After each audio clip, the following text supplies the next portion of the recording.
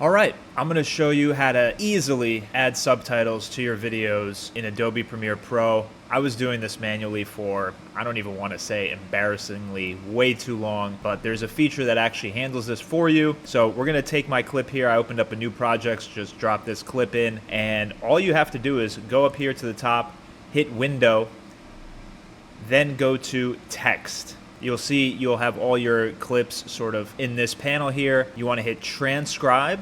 It'll actually go through your video, transcribe it for you. You can double check it here, but I think it's actually easier when you create the captions. So go in here to captions, which is the second tab, hit create captions from transcript. You can mess with all the settings here. I'm just going to leave it as the default because it still looks good as the default, and you'll see it added a new track here, and let's take a look. All right, in this video I'm going to show you how to add subtitles in Premiere Pro. Boom. And then if you want to edit them, very easy. You can just go in here in the captions, edit what text is where. Hopefully that helps. Thanks for watching.